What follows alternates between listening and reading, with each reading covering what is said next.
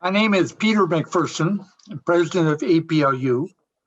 Asian American Pacific Islanders are making enormous contributions to our universities as leaders, faculty, staff, and we certainly welcome the students from all over these countries. We're here to celebrate the contributions Asian American Pacific Islanders and to discuss how to deal with biases and sometimes harmful behavior that they may face. APLU is pleased to sponsor this session, and I very much thank the panelists. Let me now introduce Justine Ju, an APLU member of our staff. Justine? Thank you, Peter. Hello, my name is Justine Ju, and I'm the Senior Associate for STEM Education at APLU. It is my pleasure to introduce the panelists and moderator for the AAPI Heritage Month celebration. Our first introduction is Moon Choi, Chancellor of the University of Missouri and President of the 4-Campus University of Missouri system. A first-generation American, President Choi is focused on creating the opportunities, access, and solutions that advance communities across Missouri and around the world. His efforts span student success, research, diversity, and engagement to leverage the unique assets and collaborations of Missouri's public university system. Renu Couture, Chancellor of the University of Houston System and President of the University of Houston, is the first Indian-born American to lead a major U.S. research university. UH is a designated Asian American serving institution with more than 10,000 students in that category enrolled annually. Santa Ono is the President and Vice Chancellor of the University of British Columbia. He was the first Asian American president of the University of Cincinnati and one of the few Asian American college presidents in North America. Grace Wang, Executive Vice President for Research, Innovation, and Knowledge at The Ohio State University. Grace is passionate about innovation and believes that an innovative community needs to be an inclusive community first. And our moderator for this session is Roger Wakimoto, Vice Chancellor for Research and Creative Activities. Roger's strongest connection to AAPI is as a role model, mentor, and mythbuster regarding stereotypes associated with this group. Welcome all, and thank you. And with that, I turn it over to you, Roger. Thank you so much, Justine. And I have to say from the very beginning or the outset that it's a real true honor to help moderate this session with such a distinguished group of panelists. I also want to thank APLU for their support for this webinar. Justine has given us a great introduction, and I'd like to build off those by going into a little more detail about how our panelists' heritage has shaped who you are today and how it impacts the work that you do at your institutions. In particular, feel free to include your perspectives as first-generation Americans, or in the case I know with Santa and me, second or third-generation Americans. I do ask that you try, I don't want to make the answers too terse, but please try to keep your answers succinct because yeah, I think there's going to be a lot of ground. I'd like to try to give everyone on the panel an opportunity to at least answer each of the questions. And I know there's going to be people in the audience that will submit questions. Please, audience members, please submit your questions and we will choose, not all of them, it's not possible, but a select few to pass on to the panelists. So with that, I have the honor of asking the first question. And so what I'm asking the panelists is, what do you believe are the most important attributes of a successful leader today? And also, can you share how you were able to attain your current position? So with that, who would like to take the first stab at that question?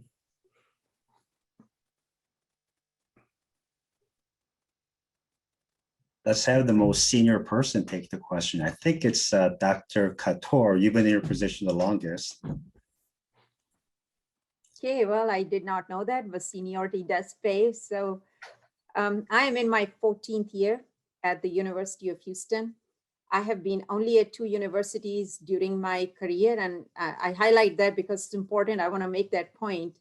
I joined as a visiting lecturer behind my husband at the University of South Florida. And from there, I have gone through every position you can imagine, from President of Faculty Senate to department head to dean to an interim dean to interim provost to provost. And then I came to the University of Houston in 2008 as the chancellor. Now, I do believe that you build your structure where your foundation is. So I am proud, and I do know that I brought my heritage with me, most definitely. And I just feel like when I'm working here as a leader, my whole approach is to think about things from different perspectives, to be very comprehensive, to think about what negative or positive impact it might have, because my father taught me that it's important to win a war, but it's equally important to have as few casualties as possible. So I try to take different perspectives in, but try to pull everybody together as long as I can. But during crisis time, it's a little bit different leadership. So one last thing I'll say, and I'll pass it on, and that is, I can tell you, assure you, in my day-to-day work, I don't think about it that I'm an Asian American. I don't think about it that I'm an immigrant. I don't think about it that I'm a woman. I mean, all of these things you can imagine do have impact on who I am and what I do and how I do it. But I think all of these things together have built the foundation that I have. And I think I'm proud of that foundation. It works for me. You have to find your own foundation. You have to build your own structure. What works for one may not work for another. I'll pass it on. Very nice. So if I can add, so I also don't think about my Asian heritage and thinking about the foundations that it laid for me. But I do recognize that being born in Korea and having spent most of my adult life here in the United States, that I straddle two different cultures. And obviously there are very important positive attributes to both Western culture and Eastern culture.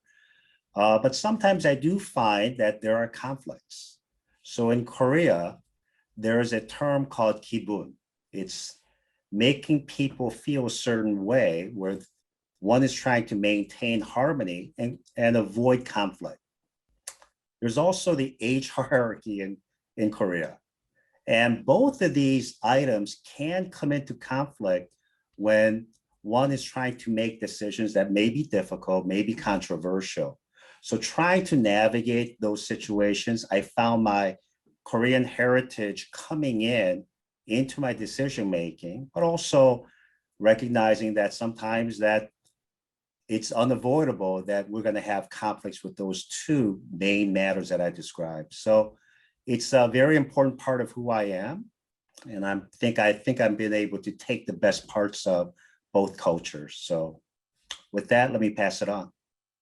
Thank you. Santa, Grace, would you like to go first? Oh, great. Go ahead, Grace. Oh, no, go ahead, Santa. Oh, okay.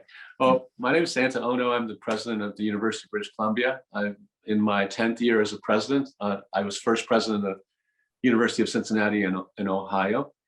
And I would say your question was, what are the sort of leadership traits that we should all think about in 2021? I would say for me, one of the most important things that I feel a leader needs to embrace in this year, this day, is really listening. Because if you feel what we've been through with the pandemic and the divisiveness that we're experiencing geopolitically and also with respect to races across North America, listening to multiple voices and our jobs, there are many, many different stakeholders. And so really hearing the disparate voices of people that don't look like you is critically important. And I would say the second trait that I think is increasingly important is to be able to communicate with many different kinds of stakeholders, whether you're talking about a prospective student or a very senior member of government or a donor or a faculty member. It's really important as a leader for you to be viewed as accessible and someone who can understand their perspective. So for leadership, I would say being able to step outside of your comfort zone, outside of your own box, and put yourselves in their shoes is critically important in this day and age. Yeah. Grace. Yeah, so Grace Wong, I'm Executive Vice President at the Ohio State University. I'm a first generation. And it's very similar to what Santa just talked about. I think the leadership traits, and I will say this year, the year 2020, and also this year 2021 has taught us a lot of things, right? The pandemic and also the racial injustice. It's in many ways, I think we need more empathetic leaders, the leaders who can really see the world from different perspectives and from different lenses. And we're talking about our heritage here is in Chinese, there is a very famous saying, basically saying, do not ever treat people in the way that you do not want to be treated. Or in other words, is you always want to respect people in the way that you want to be respected. And I think that kind of deeply rooted in the Chinese culture. And I found that has been very helpful for me as a leader to see the world from different perspectives and be related to people. And this is also the time I think we need very genuine leaders, the leader who truly care about our faculty, students, staff, and also the community. We need to engage the community and truly be the thought leaders for our community. It's a difficult time, it's a challenging time, but I think the genuine leaders is very much needed at this time. And I think for us, particularly with different perspectives coming from this international background, helps us a lot to see the world from different perspectives. Thank you all. Those were all great answers. I will say that I see a little bit of everything you said that has been absorbed by me over the years. So, and I should also tell the audience I'm a third generation, so it really colors my perspective too. The only other comment I'll sneak in with Renu's, you got to win the war. I'll modify that. Sometimes they say you give up a few battles as long as you win the war. You can't fight everything, and it's probably not a good idea to pick. You got to pick and choose what you want to stand up against. Great. Let's go on to the second question, of which Santa kind of touched on. All of your campuses are diverse. So how can you as institutional leaders produce a welcoming environment for people of all backgrounds? Obviously not just AAPI, Asian Americans and Pacific Islanders, but all backgrounds. And maybe most importantly, show them how to become leaders, empower them to become leaders. So who would like to take that one? We can go in reverse order. Grace, why don't you take it? This is the punishment of being Roger's former colleague.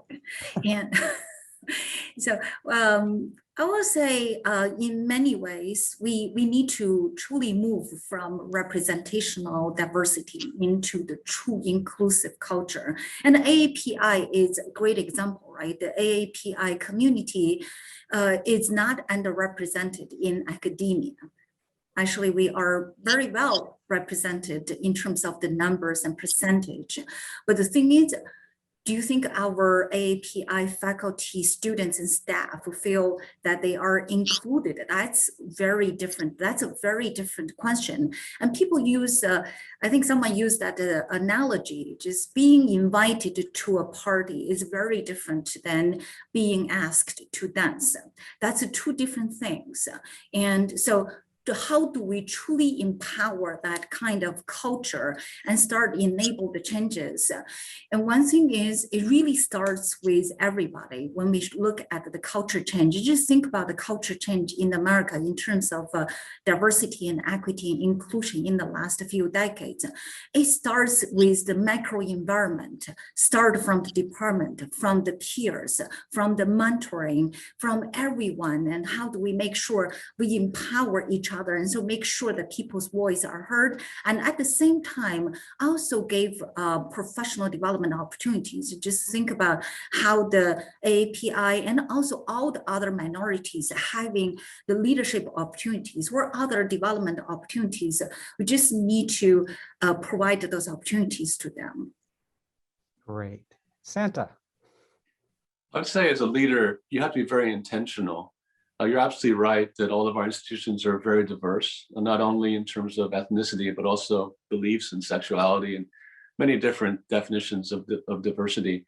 And so one thing that you have to do is we're in the midst here at UBC. We have a task force that's been at work that's going to bring forward a set of recommendations to make the institution more diverse and inclusive. That table is very intentionally set. You have to make sure that everyone feels valued, that they're part of the process. And so that's one step that you need to take as leaders to make sure that they are part of the narrative and part of the solution moving forward. I would say the second thing is you have to be mindful of who you are. And we're all Asian Americans, Asian Canadians, AAPI. And so I got to tell you, if you listen to Obama in his first term as president, he was very, very, if you recall, a little bit careful about wading into race relations because he was the first African American president. As a president of the university, I have to say, in my first several years, I was a little bit shy or cautious about getting involved in situations such as anti-Asian racism or anti-Asian violence. And I spent a lot of time learning about how other cultures and how other ethnicities feel. So I spent a lot of time here thinking about how First Nations, how Indigenous people feel, something that I didn't know much about. And if people see you investing time to understand their situation, it's a critical first step that you have to take so that they trust you. And then you're not working out of self-interest. So ironically, one of the first things you have to do is look at yourself and ask yourself, are you being impartial? Are you giving equal time to groups of people that don't look like you? But sometimes the negative consequences, then you are not actually thinking about the real problems, for example, that we're dealing with across North America with true anti-Asian racism and violence that's escalating in an alarming rate. So hopefully that answers your question. As a leader, the way you embrace a truly inclusive community is to spend time learning about people who don't look like you, number one, but also eventually not forgetting about the fact that you are yourself an individual in that diverse tapestry of the university. Great. Thank you so much. Moon, you're next. Wow, great comments from Santa and Grace. I would say if I can add something to their comments, it's trying to create a sense of ownership within the university community that each individual has a responsibility, an expectation to promote a more inclusive environment. And I think that does begin by having more and more conversations. We can't communicate enough. And that's what we learned as a university. Conversations that discuss the importance of having diversity, moving from representative diversity to a true inclusive environment that will help advance the mission of the university. And at times, I've seen throughout my academic career that there's a sense that the chancellor or the president would set the tone and the policies, and then behaviors will follow. I think that is important. There's truth to that. But unless there's ownership, that diversity of background, experiences, and perspectives are important for a university, then we're not going to make as much progress as we should. And so that's something that I've been thinking about. I don't think any university has figured that out. And it's something that will continue to be evolved. But I really appreciate Grace's and Santa's comments. Thank you. Renew. So this year has been a special year. We all have been tested. Our institutions have been tested to what our values are. And I think fundamentally, I've thought a lot about it. Fundamentally, what makes a difference is the respect. You know, we will communicate, we will listen, and we will also have conversations. The respect, I mean, are we genuine about it? And I'll tell you, when that happens about a year ago now, George Floyd's death, when that took place, Houston is a different place. That's where George Floyd came from. I thought in all my years, I have seen quite a bit. I understand. I always thought I'm very inclusive and perceptive. But once we sat down to listen to the people's raw emotions and their experiences, what they have gone through, I'm telling you, it was a very different educational lesson. So you have to respect people, their feelings. You cannot be dismissive, and you cannot allow as a leader for your organization to be dismissive of those either. Now, this year with COVID, George Floyd's death, hate crimes against Asian Americans, I would say that we have needed more than ever the guide rails by presidents. You all may have set yours at University of Houston. I just established two very early on. I say everything we are going to do with two principles, and we're going to make sure that they go through that screen. One being flexibility, and second one being compassion. Is this flexible? Is it compassionate?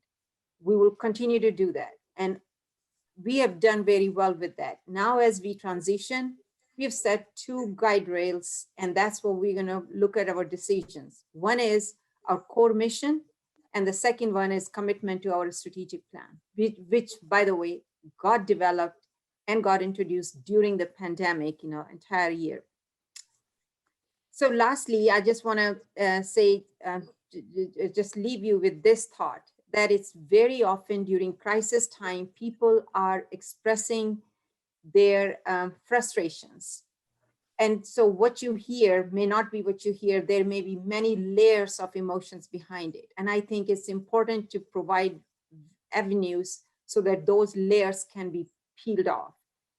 But if leaders started to listen to the 5% people who are making the most noise, I think you're forgetting about those 95% of the people, and they are there in a very real sense as well. So you have to make sure that the organization gets open to the voices, to the feelings, to the respect for those 95% as well. So I gets back to where we started with Grace, and that is, you got to have inclusivity, and with Santa saying, you just got to listen.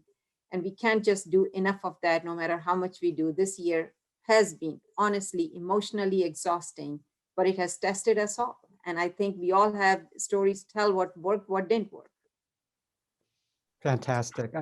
Boy, I hope the audience is really soaking this in. These are incredibly insightful and wise advice that these leaders are providing all of you. So let me go on to the next question, which actually strongly overlaps with one of the questions that was submitted. And please, the audience, keep submitting questions. We'd love to hear what your thoughts are. We have so many AAPI or Asian American Pacific Islanders in our community, and many of them are in the university environment on your campuses. So this is the difficult thing, though, that many people don't understand. Can all of you comment, though, on the dearth of them who rise to the rank of university leadership positions? Because actually, when compared to other ethnic groups, this pool is pretty large. I'll give you an example. Polls roughly estimate that faculty, lecturers, instructors in university environments, that's about 12% of the pool are AAPI. However, and this is a big however, only 2% make it up to university executive position. That's 17% of the poll. Actually, if you talk about the fraction of the poll, Blacks and Hispanic do far, far better. So this enormous poll, and it's very difficult for them to rise to the ranks. Give us your thoughts and perspectives. This is often referred to as the bamboo ceiling. It's the Asian AAPI equivalent of the glass ceiling for women. So tough question, maybe some of your solutions. Oh, Santa's waving his hand. He wants to take this one. Go for it. Thank you very much. I actually wrote an article about this in the Chronicle of Higher Education, and the title of it was "Why So Few Asian Presidents?" And I wrote that about 3-4 years ago, if anybody wants to read it. But I'll just touch upon some of the high points as to why I think there's an underrepresentation of Asians in leadership positions in academia. And it's a multiplicity of reasons. It's no longer a pipeline issue. There's always a lag between representation and becoming a president or vice chancellor or something like that. But I'll touch upon a couple of things. One is sort of insidious, and that has to do with something I've actually seen, and that has to do with what happens on selection committees. I was chairing a selection committee, I won't actually say where there were two finalists. There was a Caucasian and there was an Asian. And they were, in my view, equally qualify. And to my chagrin, I sat there when the discussion was about who to select, and comments came up about, I can't understand what the Asian candidate is saying. Can we put that person in front of a donor? And so that's kind of an insidious. It's actually, we called it out as being relatively overtly racist. And so that's one part of it. And it's kind of bold to say that, but I've seen it with my own eyes. And there is systemic racism throughout the academy and in every sector in society. So you do have to say that. And so, and we know that even if you have at the beginning of search committees training about bias, that this is often forgotten at the late stages of the search. And so it's really important for us to continue to talk about the role of bias in individuals, not actually individuals hitting the bamboo ceiling and not actually breaking through. So number one.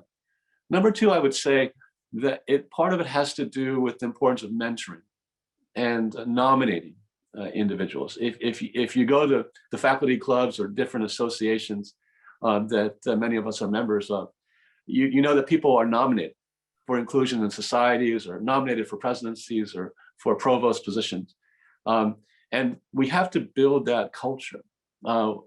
We have to, as Asian leaders, nominate others, but we also have to talk about in leadership development programs how to nominate people that are diverse. And it's too often that I see pools which are not very diverse. And so I think developing a culture of advocating for young up and coming Asian academics will be critical as well. So two things I'd like to say. I'd like to add something to it. And I agree with what Sana has said, but I think I wrote an article, maybe it has been 8 years ago. I have to dig it out where it is. And it was called Breaking the Bamboo Ceiling, exactly the title. And there I talked about elements that are very different. Mentoring definitely is one. If you take a look at it, any of the mentorship programs, you will find very few Asian Americans. And I try to see, well, what is culturally, is there something that we do? So I try to focus more on person. And I want to point out 3 things here. I think those are important, although there were 7, 8 in that article. One of them is, I think we, coming from Asia, tend to be very modest. I can tell you that if there are 2 people, there will be who's Asian, who will keep on saying, well, I think I'm ready for this. I think so. I've done very modest. The other one is just going to say, oh, I'm absolutely ready. I've been ready for a decade. I mean, I have seen that. I have sat through many people. I have interviewed many people. So think about, are you too modest? Second thing I would say is, we as Asian Americans don't, so these are psychological component. I'm not a psychologist, I'm a political scientist, so bear with me, but these are just based on my observations. Second is that I feel we just don't say out our goal very loud. You know, I have mentored Asian Americans, and they would just have such a hesitation in saying, I want to be a university president. And I know that's exactly the way I was. I could never utter it. Why? Because if I set that goal and if I didn't reach it, I would think I'm a failure. And this is something we need to think about it. I mean, can you stand in front of the mirror and say, I want to be a university president, or I want to be a dean? And at least say it, then you are more likely to go to people and try to seek help. Mentoring, which is also networking. We don't do very good networking, I can tell you. You know, there are a lot of things, like Santa said, happen about nominations. When people don't know you, they honestly cannot nominate you. How do people know you? My husband made sure that I was going to all of these faculty club things. I was going to what we used to call Fridays something, I forget, First Fridays, where all administrators will be there. And he'll say, don't worry about it. I'm taking care of the kids. You go there. People need to see your face in order to be able to nominate and trust you. Last, I think, and mentorship, I think already Santa mentioned, but I can tell you, if you think you want to go somewhere, don't just say the system is racist, it's not going to help me. Probably so. I've always counted I have to do 130% in order to be noticed at 100%. 10% for being a woman, 10% for being immigrant, international, and 10% for coming from Asia. So it's okay, you know, you just got to get up and do that. But when you are in a position, try to make it better for others. Right now, I mean, you heard that I was the first Indian born to become university president. Now there are 14 of us. And we have a caucus. And we meet now, I would say probably monthly or bi-monthly sometimes. And just objective being, how can we help others, those who want to become university presidents? And I think we have to be intentional, and we have to do that, because I don't think it's a matter of characteristics, aptitude. It's just a matter of elements that can be taken care of. Thank you. Great. And Renew, that comment about modesty, in our culture, and probably similar to yours, we are taught to be modest, that sticking our necks above the fray is not encouraged. So that's something that I think as a cultural issue that we do have to address, but they can be changed. And the mentorship component is also key. And we know that there's a big disparity between the percentage of Asian faculty, 12%, and Asian presidents at 2%. But as that pipeline issue is being discussed, how are we developing the pipeline for department chairs, deans, and the provosts? And I think that mentorship component is very key. And mentors can come from any background. And I'm looking at my own career, and I had mentors that were very different from each other. And so that diverse mentorship is a critical component to leadership growth. Grace. Oh, great comments. Just want to add one thing is it also takes visionary and empowering leaders, and regardless of their own background, to give others opportunities, particularly the first leadership opportunity, and to let them shine and let them demonstrate that they do have this capability and talent. As we talk about modesty, it's the same thing. I think it's across the Asian culture, and we don't talk about this. We need to make sure people know that's our culture. When we say something is good, it's probably equivalent to great in Western culture, but we need to talk about that. And so it's just the word we use, and sometimes we said it's okay, it's actually pretty good. And so that's why we need to communicate our culture, and also continue to talk to all our leaders to make sure that we gave people the opportunities, particularly the first opportunity. Great. These are all wonderful answers. Very emotional. I noticed the tone came up a little bit. You obviously feel fairly passionate about this topic. Let me share with you, and I know Santa's read this book, Hyun 2006, Breaking the Bamboo Ceiling, Career Strategies for Asians, but very insightful in some of the things that is said in the book about how Asians view things. And I'll give you the 4 bullets that I picked out, this sort of egalitarian view of power. Another one is a tendency for emotional restraint. A third bullet is a tendency, a preference actually for indirect communication. And then one that was actually said by a number of you, defer to authority, seek consensus, which can be interpreted for a lack of initiative or leadership skill. And there's actually a quote that some of you may have heard before: be careful, because the tallest nail gets hammered down. So you don't want to stick, some of you said it, sticking out is not good. Well, this is another way of saying that you do stick out, you're going to get hammered down. And maybe I'll throw in my first personal comment.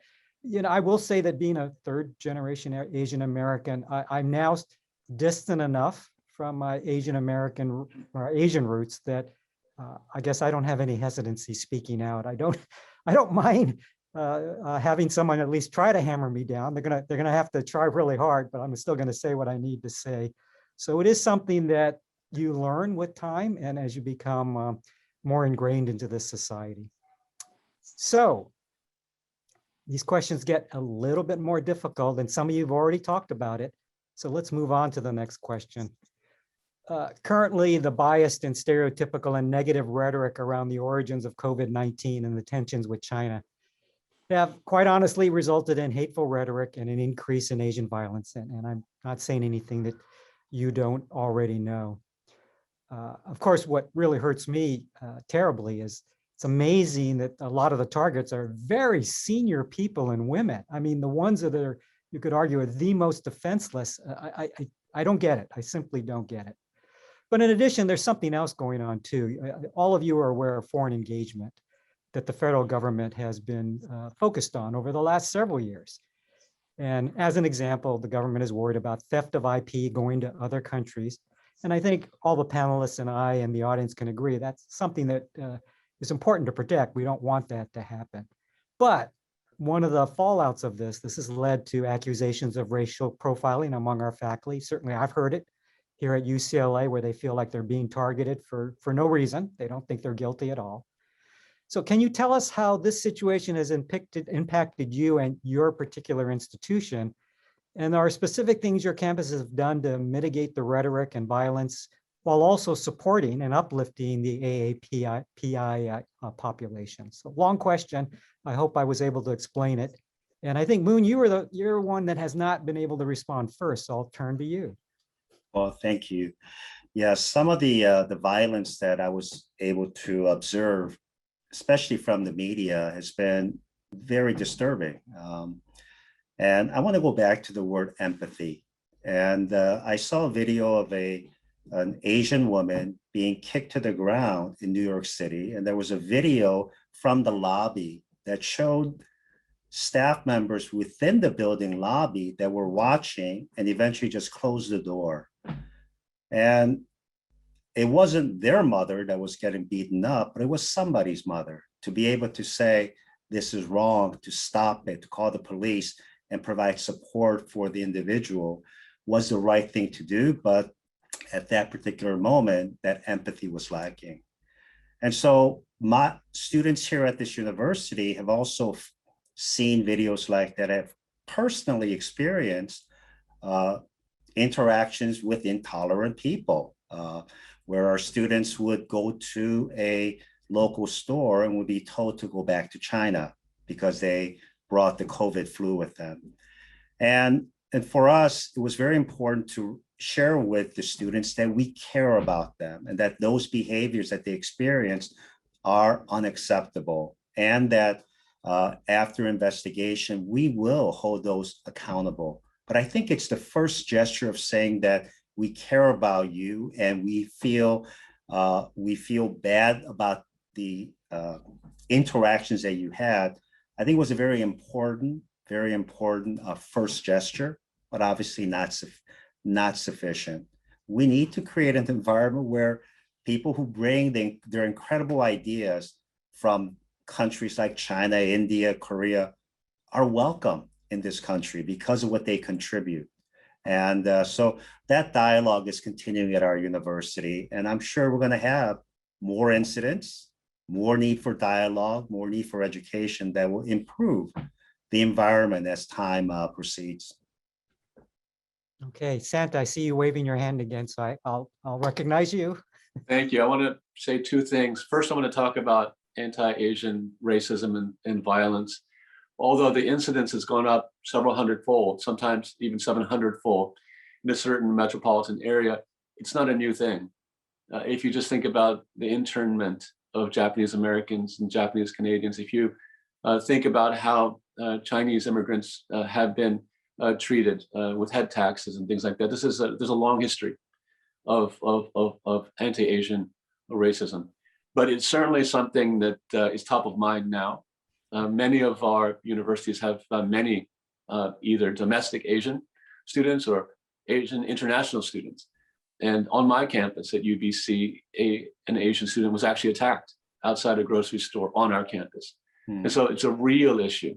I just want to say that understanding the root causes of anti-Asian racism and violence is really incredibly important, because it's only in understanding that you can actually try to mitigate the root causes of it and to hopefully decrease the violence that our students and faculty and staff are experiencing. So I want to say on June 6th and June 10th and 11th, if you look at my Google me and there's a national dialogue forum that we're holding that's open to anybody. where the first day is looking at the root causes of it. And there'll be new surveys that are actually released about what the root causes are and what the opinions are about how it can be dealt with. The second day is a call to action, where we'll actually be presenting concrete recommendations on how we can address anti-Asian racism and violence. So that's the first thing I want to say. The second thing is your question about how we're dealing with this sort of scrutiny of thinking about intellectual property. A lot of this is involving China. To answer your question, Roger, I know people who have lost their jobs because of this. And certainly we do have to protect the intellectual property of either US or Canadian funded science, for sure. And there are certainly cases where there has been theft. And so you got to start with that, as you said, Roger. But in some cases, it's incredibly important for institutions to stand behind their Asian scholars where things are not founded. And we all know from history that these kinds of investigations or that they can actually reach a place that is just profoundly unfair and racist. And so I applaud the many presidents in North America who've stood up and called it out. And it's incredibly important because Asian scholars in our universities really expect us, and they should expect that we stand behind them. Great. Renew, Grace, which one? Sure. Yeah. I'll go ahead. So we had a researcher from MD Anderson Cancer Center arrested. That was one of the first cases that happened, and that was for IP theft. So it was a chilling effect, very close to home. And as Santa was saying, we actually had to immediately group and think about it. How do we support our Asian American faculty? And I 100% agree. The IP that we have has to be protected. But there might be 1%, 2%, 5%, I don't know, whatever that percentage is. We have to find a way not to get the 95% and this chilling, this horrible environment, because they are extremely productive. We know that. I mean, look at all the awards and everything that's given out. So I think that was the thing, first of all, from research and from provost, we try to internally make sure that our faculty felt good, but at the same time cooperating with FBI or anybody for any of the information that they need. But then I also want to say our mayor took actually a very good lead on it. Houston being where in 70s there were huge racial stripes and all of that. But now I have seen the mayor taking very strong role after George Floyd's thing, after hate crimes against Asian Americans as well.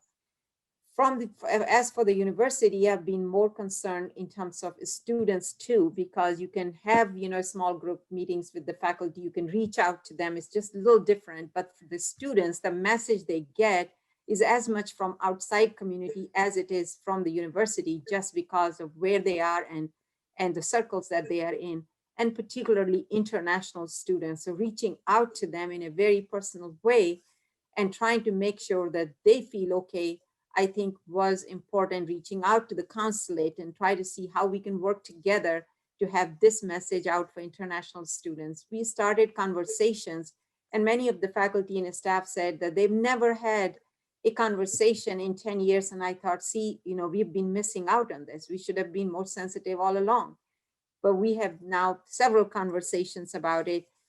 And every time I also do one thing, because I visit all my freshman classes, maybe 25 or so, because it's a big place. And one of the things, I give them 3-4 pieces of advice. The one thing I tell all the students is, you got to make, this is to freshmen, you have to make in your 4 years time period, one friend from another country, because that is your best bet to, if you're not able to travel, you make a friend and you learn about that culture and you share your culture with them. Because I still believe, in my goodness of my heart, I still believe people do terrible things because they're just simply ignorant. And we have to take that as an educational institution, that first approach of seeing what can we do to really get them exposed. So I'll leave it to that for Grace to add on. Yeah, that's very well said, Renee. So as Santa said, the anti-Asian racism has been going on for decades. It's a long time, and I think it's we in many ways as an Asian and Asian American community do not talk about this somehow.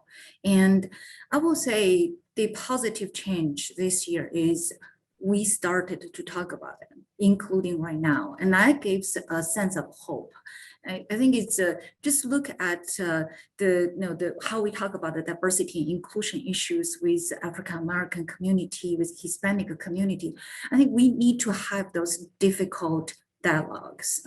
We need to put these issues on the table, talk about our culture, and talk about why we have all this implicit bias and why we see the world differently. And that's the start of having a conversation. And I see the culture changes actually not based on the numbers or percentage. The culture change is based on how we truly change that in our mind, from the bottom of our heart, how we actually appreciate other perspectives and other people.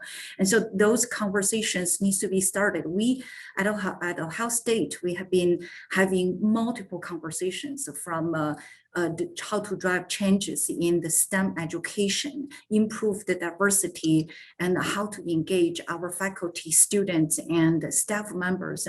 You just really talk about this, and we need to persistently and consistently having those difficult dialogues. Great, wonderful. I should interject a couple comments. One, in terms of it's been going on for decades. What I always have talked to, when I talk to Asian American students, I say you got to go back to the 1800s, which is when I remember. Look at that famous Golden Spike ceremony where the railroads are coming together in Utah. There were 12,000 Chinese that built the railroad. 12,000. Historians have looked at that photograph. There's not a single Asian face in that photograph. They actually, it's all white males in that photograph. So I tell people, if you want to know how long this has been going on, that's a really good example of that. The other thing in terms of foreign engagement that I'll say is, because this case really deeply impacted me. We had a faculty member accused of foreign engagement. And the good part of the story is after investigation, there was nothing there. And the agency agreed there was nothing there. But at the end of the process, the faculty member left the university. So there can still be casualties even when the person has found there's no finding. And that really deeply hurt me, actually, that a faculty member would leave the university and left the country. And clearly this investigation felt that it wasn't welcoming anymore. So I want to move now to a question. Gosh, there are a couple here, but let me give the last question that was asked here. The webinar is great so far. It's great and informative. Can you comment on how Asians are affected by the label of model minority? Thank you. We haven't used those two words. Of course, that word is used often with AAPI. So who wants to take that one? Let me ask the panelists that are on here, who likes the term model minority? I don't.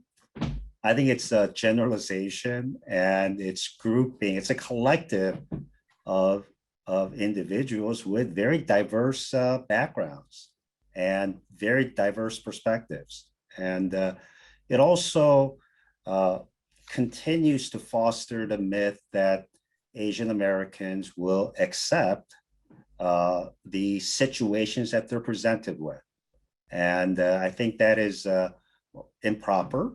And it's also unfortunate that that kind of myth continues. And part of this may be because we are taught not to create conflict in general, and that we have to be modest.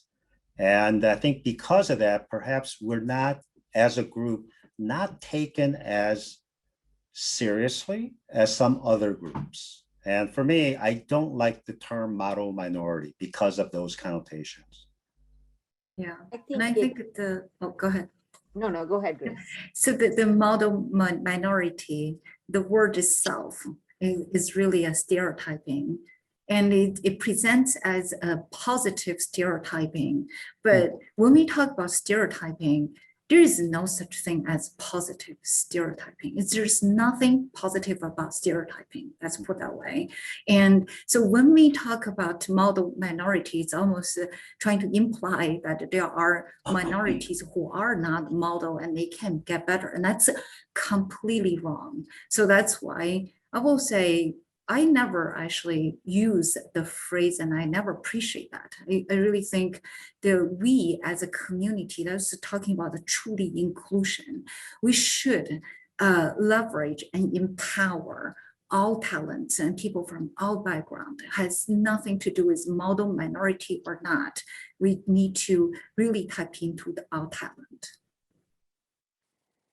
I think I'll just add that using the word model, it just dismisses the challenges that we as a community, we as sub-communities face, and it dismisses the challenges we individually may have faced. I think each one of us, even here, would have very interesting stories of challenges and how we overcame. Just because we're sitting here doesn't mean that those challenges aren't there. And some of those are very, very real and very serious. And I think using the word just simply puts us on pedestal and says, just be this way and don't disgrace yourself. And I think that's just wrong. Santa, anything to add? Nothing that, no.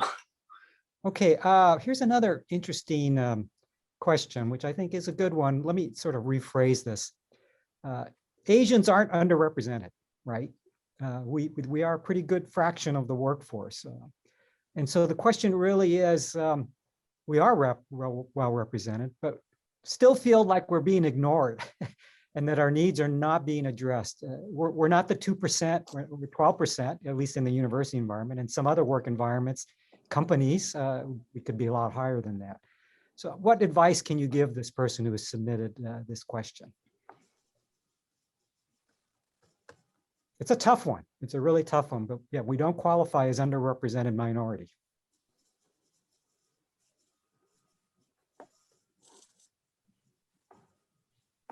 I'm trying to think. Yeah. You've submitted a question that has stumped our panelists.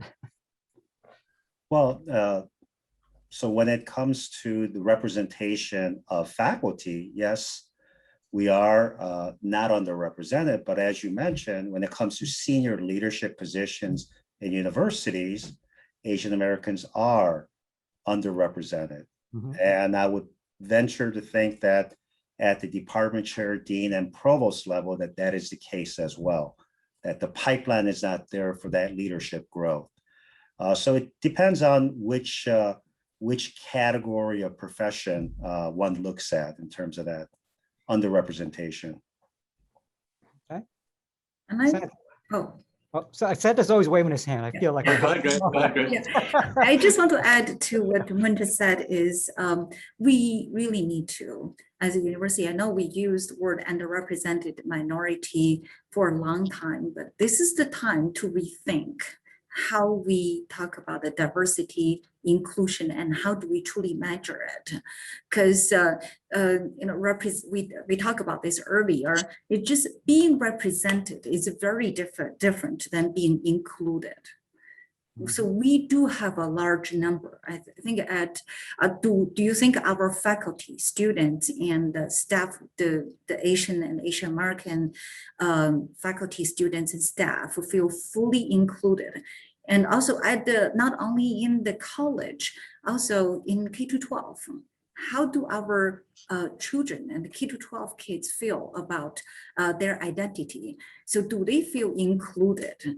And so that's really different. So that's why I think we really need to move and transform how we look at this and how we measure this from underrepresented minority or minority into truly enable inclusive culture. Okay.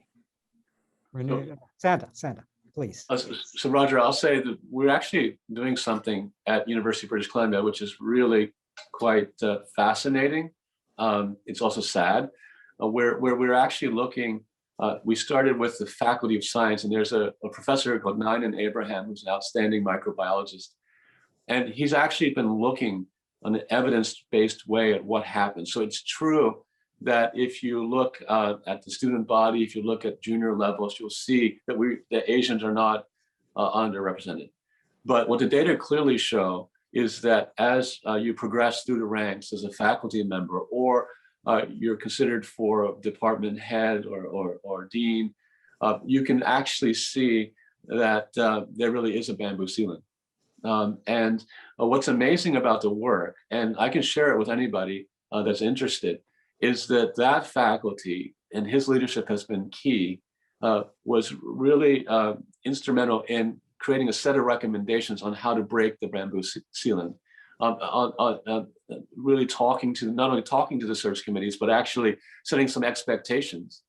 And that faculty, if you look over the past decade with those interventions, that you can see the ceiling has been broken. And so underrepresented, no, at the feeder level, but it clearly shows the problem. But it also shows the good news that there's something you can do about it.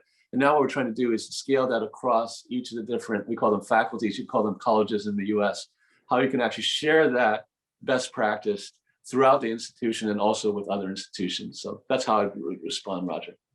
Okay. You know, in so many things that we do, like searches or training and all of that, we just include Asian Americans as one of the groups. That's, you know, one thing is about reporting formally, but it's another thing. And you have to, I mean, because there is paucity of leaders for sure, but many times there are gaps even in other areas. And we just include Asian Americans as being reported for. Searches have, you know, how diverse is the pool. We just look at all of that, and training, we do it. Great. Okay, this has been wonderful. One last question to ask you as we wrap this up.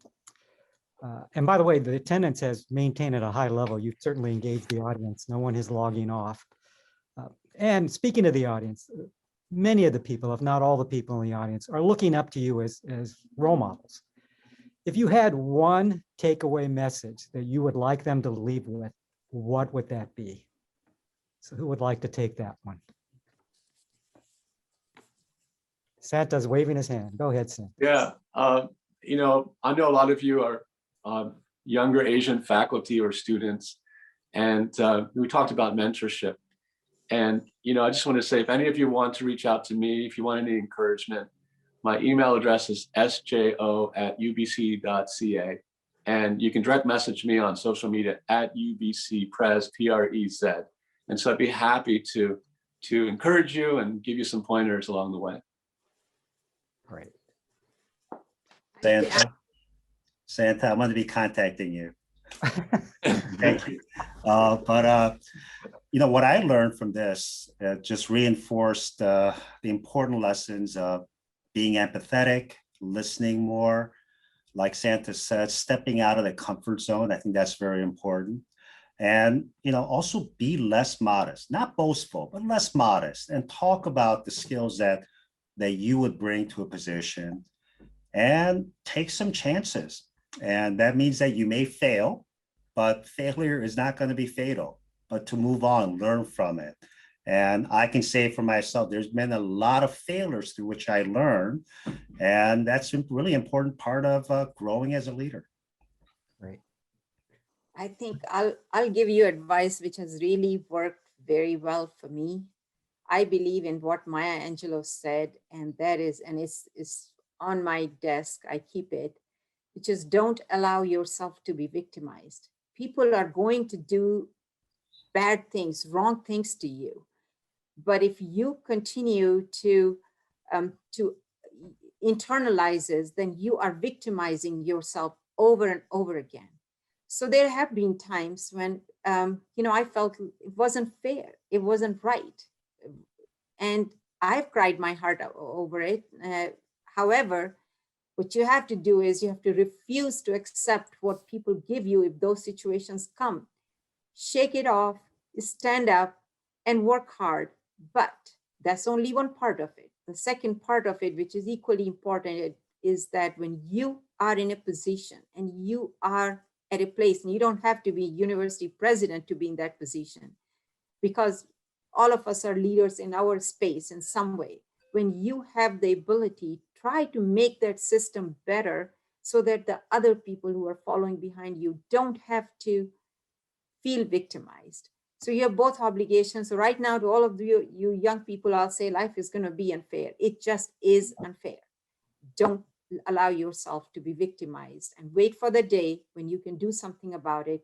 Try to do your best. Try to get 10 people, help 10 people along the way. Thank you. Great advice. Grace. I just want to add that we are in the higher education, and I see that as our social responsibility to empower this culture change through education and through mentoring, through working with our students. Just to think about in the coming decades, if all our students understand the implicit bias and understand the different cultural perspectives, we will truly empower a culture change that our generation has been struggling about.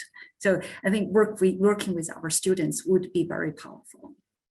Yeah, I'll just slip in the comment that I believe every student or a young early career person has the gene that is a leadership gene. It's a matter of whether you take advantage of it or not. So with that, I thank the panel. This was just a wonderful, excellent webinar. And I think Justine is waiting on the side to take over. Justine, I'm turning it over to you. Thank you, Roger, and thank you to all of our panelists. I personally have learned a lot from the past hour, so thank you so much. And to all of our audience members for joining us this afternoon. And we look forward to seeing you at the next APLU event. Have a great day.